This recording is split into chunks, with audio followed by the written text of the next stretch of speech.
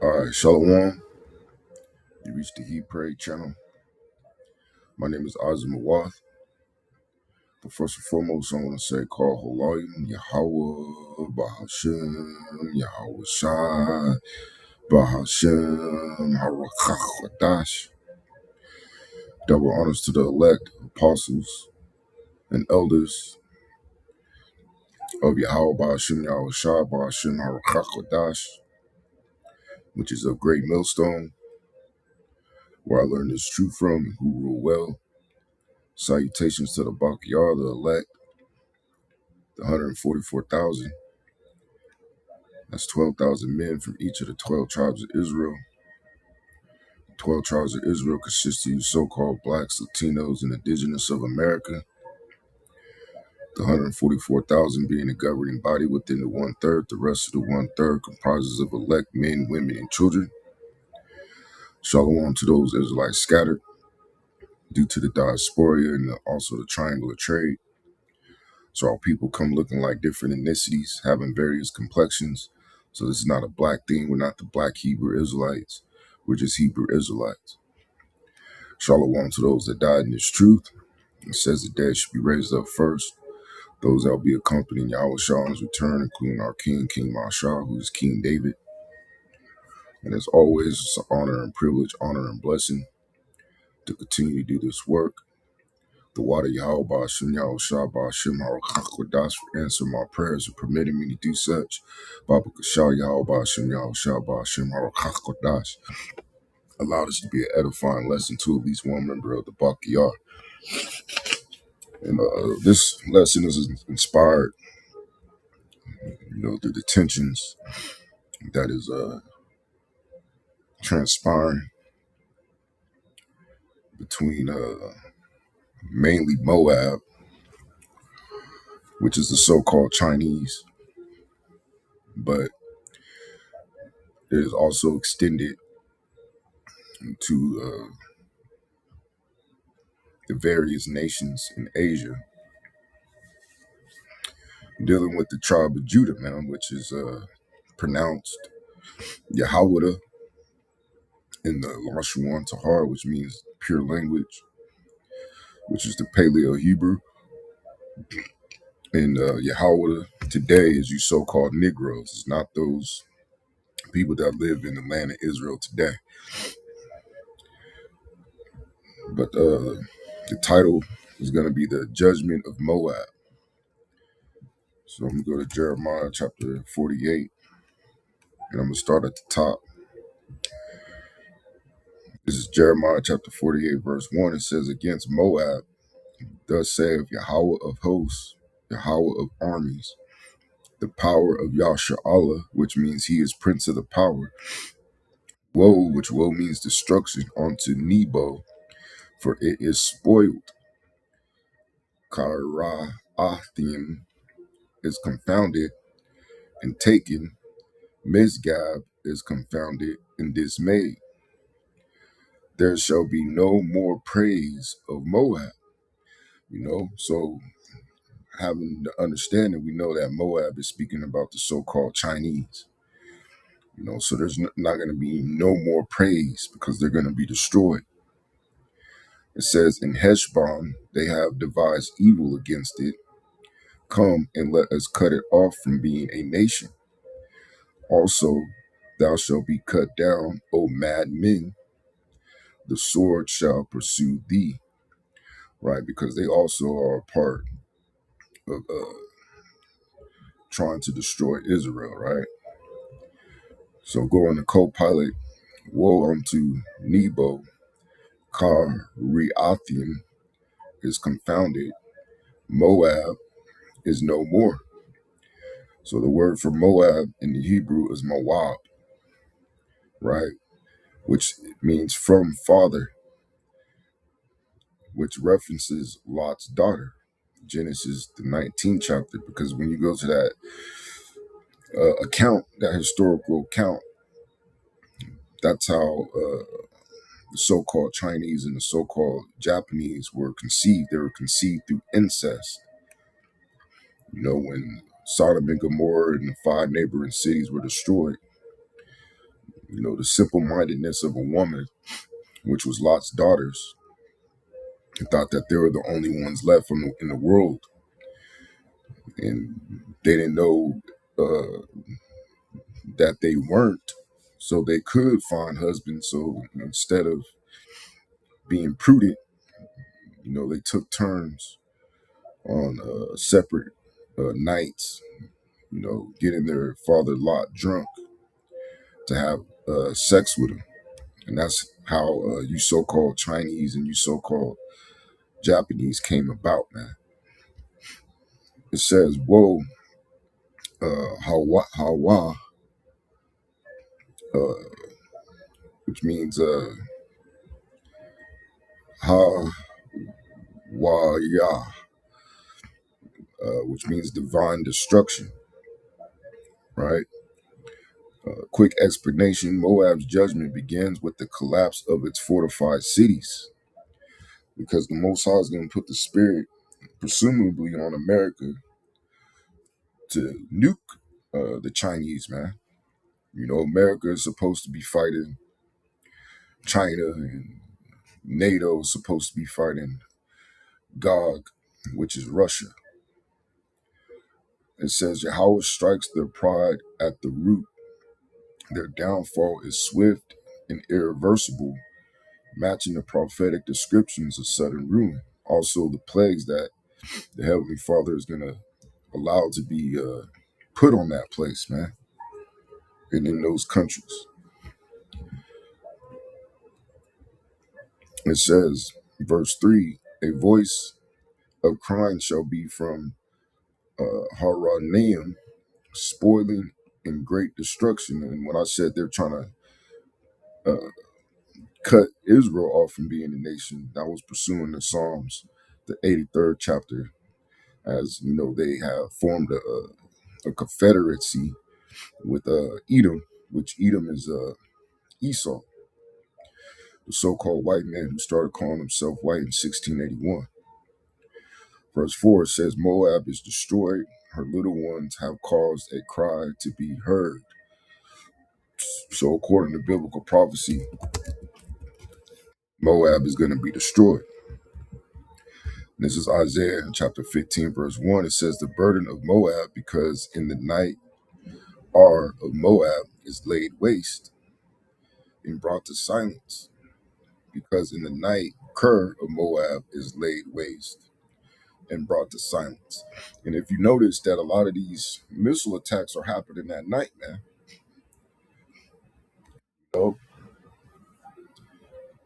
It says, he has gone up to Bajith and to Dibon, the high places, to weep. Moab shall howl over Nebo and over Medeba. On all their heads shall be baldness, and every beard cut off, which is symbolic of mourning, right? It says, in their streets they shall gird themselves with sackcloth on the tops of their houses, and in their streets everyone shall howl, weeping abundantly. And Heshbon shall cry, and Eleale, their voice shall be heard even unto Jahaz. Therefore the armed soldiers of Moab shall cry out, his life shall be grievous unto him. Right? And I think they bolster a 1,000,000-man army. But going back to Copilot, it says of Moab is laid waste in a night. Ker of Moab is laid waste in a night. And Ker equals Moab strongholds. Laid waste in the Hebrew, Shaddad, violently destroyed, plundered. Moab's destruction is instant in a night. So what can destroy something instant within a night? A nuclear missile. Because, these missiles are going to hit all throughout the world, man, all throughout the northern hemisphere, because America is going to shoot retaliatory strikes as well. It says, showing that no military strength or idol, Kimash, can defend them. This aligns with historical prophetic context describing Moab's sudden collapse. So a lot of you think that these scriptures are talking about in the past, but no, they're prophetic. Things that are yet to happen.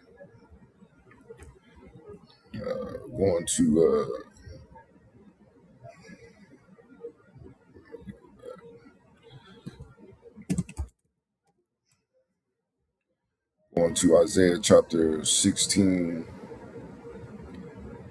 verse 6. It says, "We have heard of the pride of Moab," right? And you so-called Chinese are proud, man, especially to look the way that you look. All that kung fu, all that martial arts, the ninja shit, is proven that you're not even the experts at that, man. It's shown that Jake excels you even in those certain art forms. And then other than that, the only reason why the world looks to you to manufacture certain goods is because, one, you have the workforce for it, the manpower, you know, and two, you could produce it cheaply. And that's the reason why, everybody complains about purchasing certain things from China, because they're produced at a low quality, despite that's how, these certain stores order it at a cheap price, wholesale, so they can make a profit here in America by, uh, raising the retail price, despite it being made in low quality, right? So all those different martial art movies and martial arts and, things of that nature, and you thinking that you're better than the children of Israel, which is the so-called blacks, Latinos, and indigenous, is going to lead to the Yahweh Shem Yahweh Shah, putting the belt on you. It says he is very proud even of his haughtiness and his pride and his wrath, but his lies shall not be so. Right? And these people are being found out to be liars, man, because they're trying to emulate Esau, the so-called white man. And that's why their women are so, attached at the hip to the so-called white man, you know, because the Asian woman doesn't want the Asian man. That's why the Asian man is deemed the least desirable according to Esau statistics, right alongside the so-called black woman. It says, therefore shall Moab howl for Moab, everyone shall howl for the foundations of Ker Ha-reseth, Ker Ha-reseth shall ye mourn. Surely they are stricken, for the fields of Heshbon languish in the vine of Sibmah. The lords of the heathen have broken down the principal plants thereof. They are come even unto Jazer. They wandered through the wilderness. Her branches are stretched out. They are gone over the sea. So I'm going to go back to Copilot. It says, we have heard of the pride of Moab, his wrath, but his lies shall not be so. Pride, Gawan, arrogance, swelling of self, and to look like a fish head, man, there's no reason why you should have arrogance or the swelling of self, dealing with pride, especially against the children of Israel. Lies, bod, empty boasting. Quick explanation, Moab's pride is the core reason for judgment. Their arrogance against Yasharallah and against Yahweh brings divine recompense. Their boasting collapses under the weight of prophecy, and that's what it is, man. Prophecy is going to defeat you nations, man. You know, this is Ezekiel chapter 25, verse 8, dealing with Moab. It says, thus said Yahweh, because that Moab which is so-called Chinese, and Seir, which Seir is the original home of you so-called white people, you Edomites, once you split away from us, you know, because the land was too small to contain us both. It says, do say, behold, the house of Yahweh, which is the so-called Negroes today, is like unto all the heathen. Yeah, because you put us in this affliction when we were supposed to be in this affliction, man. So we're experiencing the curses as was promised unto us if we deviate from the law, statutes, and commandments. Which you set a system up for us to never be able to follow the law, statutes, and commandments. It has to be divine intervention, as you see right now, for Yahweh Shem Yahweh Shah to wake up certain men to turn them back onto him, so our people can regain power, man. Verse 9, it says, therefore, behold, I will open the side of Moab from his cities which are on his frontiers, the glory of the country of Beth Shishimoth, Baal Meon, and Kerethium, unto the men of the east with the Ammonites, which the Ammonites is dealing with the so-called Japanese, and will give them in possession, that the Ammonites may not be remembered among the nations. So the Most High, he's about to bring a lot of judgment to you people, man, and we're not going to shed a tear. Only tears we're going to shed is those so-called Chinese, those so-called Japanese that may look like one of you, but are actually Israelites. But even at then, if they are destroyed, that's their lot, man. Because we know our people are scattered throughout all the four corners of the world. It says, and I will execute judgments upon Moab, and they shall know that I am Yahweh. Right.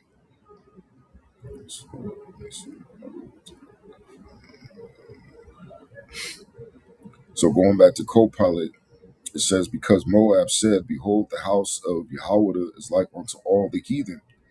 I will execute judgments upon Moab. Judgments, Shapatim, divine legal sentences.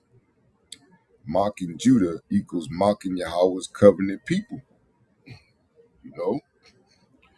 And a lot of it is just the narrative that Esau pushes, man, to try to demonize us, as being, fulfilling his role as being the false accuser, But at the same time, too, there is there is wicked Israelites among us that the Most High is going to destroy. He's going to destroy 2/3. It says Moab's disrespect toward Yasharallah triggers divine retaliation. And that could come in earthquakes, it could come in tsunamis, it could come in monsoons, typhoons, nuclear war, plagues, etc., etc. It says Yahweh promises national desolation, proving that Moab will learn his power through punishment. And that's something that you people don't understand, man. Because one, you think the Bible is just a fairy tale, and that's, the so-called white man pushing those lies. But you're going to find out that the Bible is not a fairy tale, man. It has power. There's power to it. Divine power at that. So going to the AI commentary, Moab, the proud descendant of Lot, has always moved with arrogance against the sons of Jacob. Their downfall is not random, it is judicial, rooted in pride, idolatry, and mockery of the covenant. The prophets describe Moab's fall as sudden, complete, and humiliating. So you people are going to be humiliated, man. Their cities burn, their vineyards dry, their warriors melt, and they're going to be melt in that nuclear fire. And their God, Chemosh, cannot save them. The judgment of Moab is a blueprint for how Yahweh deals with proud nations that exalt themselves against his people. Their pride becomes their pit, and their downfall becomes a sign to all nations that Yahweh Tazapat, the power who judges, is alive and active, you know. So with that, I hope at least one brother of the elect was edified, and I'm gonna say shalom.